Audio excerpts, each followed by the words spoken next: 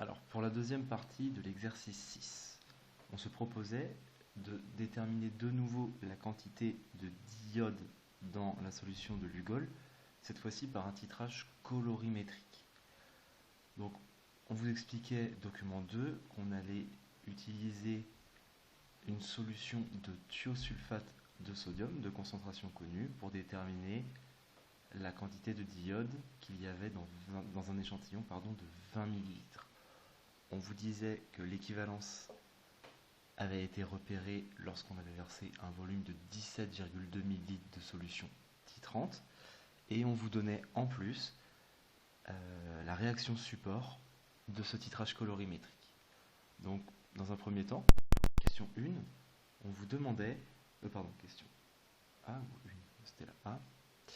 Donc, on vous demandait comment est-ce que vous pouviez repérer l'équivalence lors de ce titrage. Donc, dans les données, on vous explique que le diode est de couleur jaune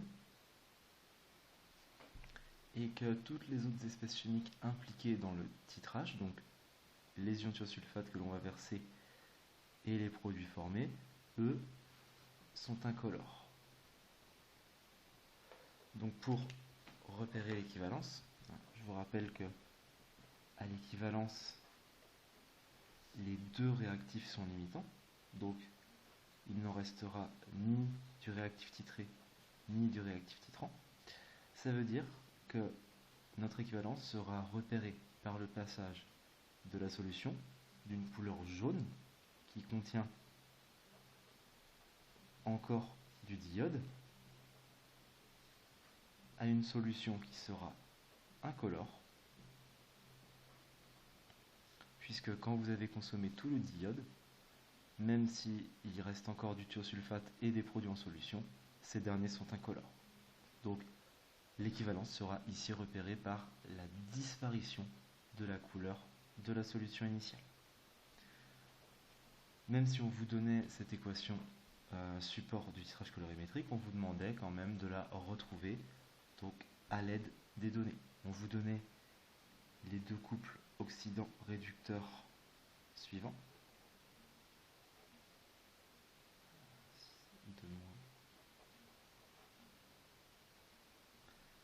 Et on vous demandait de retrouver l'équation de titrage qui était donnée intégralement ici, à l'exception de la nature des produits. Donc, si on le refait très rapidement, je vous rappelle qu'on met toujours l'oxydant à gauche, le réducteur à droite.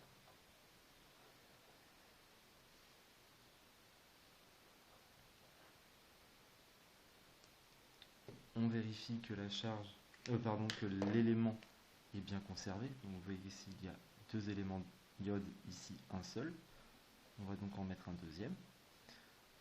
On vérifie ensuite la charge. Donc ici on n'a aucune charge, or ici on a deux charges négatives. On va donc devoir ajouter 2 électrons à l'oxydant de ce couple. Ici nous avons 4 éléments soufre et 6 éléments oxygène. Or ici nous avons 2 éléments soufre pour 3 éléments oxygène. Donc en mettant un facteur 2 ici, on assure bien la conservation de l'élément. 2 fois S2, on a bien 4S comme ici. 2 fois O3, 6S comme ici. Au niveau des charges, nous sommes à 2 fois 2 moins, donc 4 moins côté réducteur, et seulement à 2 moins côté oxydant. On va donc devoir ajouter 2 électrons. Il nous reste ensuite à vérifier que le nombre d'électrons échangés est bien identique pour un couple et pour l'autre. On a bien 2 électrons échangés ici et ici. Donc nous n'avons pas besoin de multiplier ces demi-équations. Il suffit ensuite d'ajouter les bons réactifs ensemble. Donc d'après l'énoncé, on vous disait que c'était le I2 et le thiosulfate qui étaient respectivement les réactifs titrés et titrants. Donc on va ajouter cette partie-là d'équation à cette partie-là. On va donc avoir l'équation suivante. I2 plus 2S2 O3 2 moins, qui va nous donner 2I moins, plus S4 O6 2 moins. me permet de ne pas faire apparaître les électrons, puisque étant en nombre égal de chaque côté de demi-équation, il se simplifie automatiquement.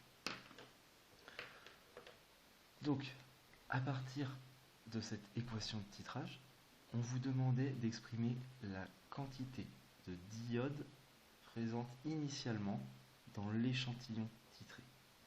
Donc je vous rappelle, à l'équivalence et seulement à l'équivalence, les deux réactifs sont limitants et vous avez le droit d'écrire l'égalité suivante qui tient compte des coefficients stoichiométriques. Donc la quantité initiale de diodes, je vais l'appeler Ni2 échantillon.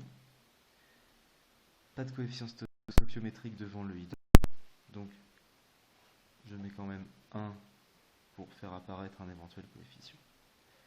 Et on sait que ça va être égal à la quantité de thiosulfate versée, que je vais appeler NS2O32- versé. Et cette fois-ci, on n'oublie pas le 2, puisque vous avez un coefficient stoichiométrique devant le thiosulfate. Donc on a cette égalité-là. On va donc essayer de calculer, cette fois-ci, la quantité de matière de I2 à partir de cette formule. On va devoir la transformer un petit peu, puisque d'après les données, on n'a pas directement la quantité de matière en thiosulfate, mais on a le volume de solution titrante versée, ainsi que la concentration du réactif titrant utilisé. On va donc réécrire ça comme ça. J'enlève le 1 puisqu'il ne sert à rien dans l'équation. Et je vais utiliser le fait que la quantité de matière c'est égal à la concentration fois le volume. Pour écrire, on va avoir ici la concentration, appelée C dans l'énoncé, multipliée par le volume versé à l'équivalence, que l'on a appelé VE dans l'énoncé. On n'oublie pas de diviser par 2 qui est le coefficient stoichiométrique. Quand vous appliquez cette formule, on vous dit que vous avez une concentration de 0,100 mol par litre, que le volume versé à l'équivalence vaut 17,2 millilitres, soit 17,2 10 exposant moins 3 litres, et on redivise par 2.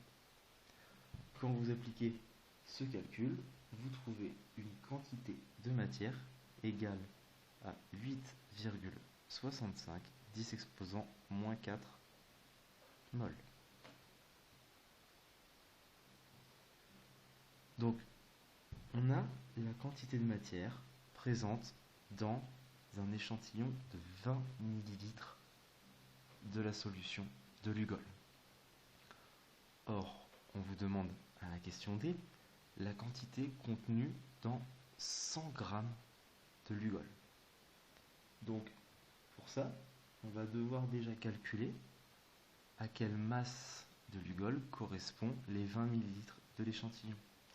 Dans les données, on vous expliquait que la masse volumique d'une solution de Lugol était égale à 1, alors je ne me rappelle plus des chiffres significatifs, 1,0 kg par litre.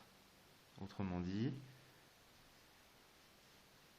nous, on sait que l'on a un échantillon de 20 millilitres. On va donc utiliser cette formule-là pour déterminer la masse de notre échantillon. Donc vous avez 1,0 kg par litre multiplié par 20 millilitres, donc 20 10 exposant moins 3 litres. Et quand vous faites ça, vous tombez sur 20 grammes. 20 10 moins 3 kg, donc 20 grammes. Donc, pour reprendre, on sait que l'on a 8,65 10 exposant moins 4 mol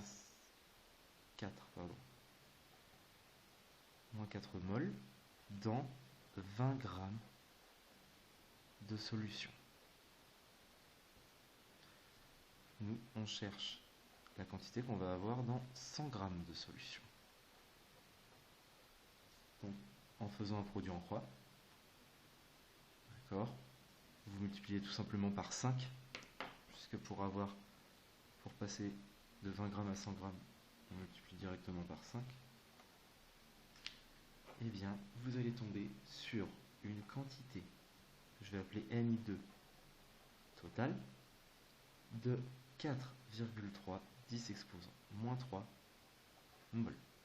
Donc on a 4,3 10 exposant moins 3 mol de I2 dans notre solution de Lugol. On va enfin calculer la masse correspondante à cette quantité de matière de diode en utilisant la formule suivante. Donc on vous redonnait la masse molaire de l'élément iode. La quantité de matière, vous venez de la calculer. Donc vous deviez poser le calcul suivant.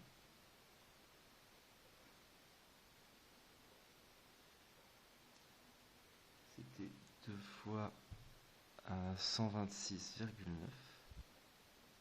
grammes par mol, même si on l'avait déjà calculé dans la partie 1.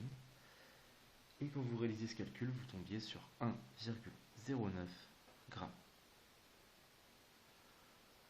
Donc, pour conclure cet exercice, on vous demandait, donc c'était la partie 3, la question A, on vous demandait de comparer les masses obtenues avec le dosage spectrophotométrique, qu'on avait appelé Mi2 SP pour spectrophotométrique, et on avait trouvé quelque chose comme 0,89 grammes, et de comparer du coup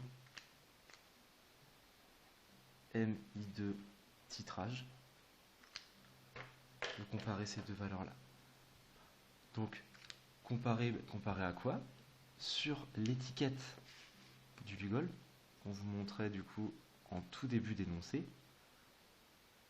Donc c'était l'énoncé au-dessus du document 1, on vous expliquait qu'une solution commerciale de Lugol contenait normalement 1,0 g de I2 pour 100 ml de solution, autrement dit pour 100 grammes. Vous voyez qu'avec ces deux valeurs-là, on est aux alentours de la valeur annoncée par l'étiquette. On est à peu près sur des incertitudes de 11% pour la méthode spectrophotométrique et à peu près de 9% pour la méthode colorimétrique. Donc on a quand même un certain pourcentage d'erreur, qui n'est pas négligeable, puisqu'on est aux alentours de 10%.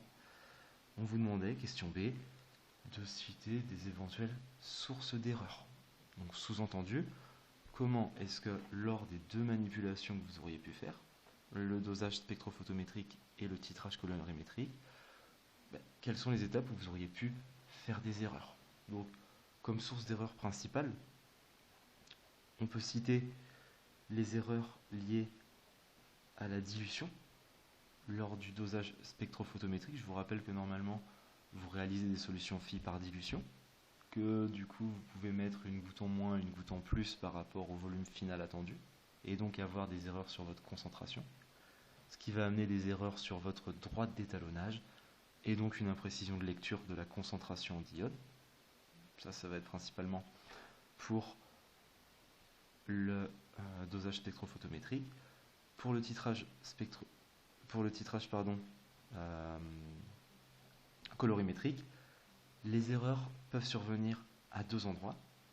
Lors du prélèvement, vous prélevez l'échantillon attitré à l'aide d'une pipette jaugée.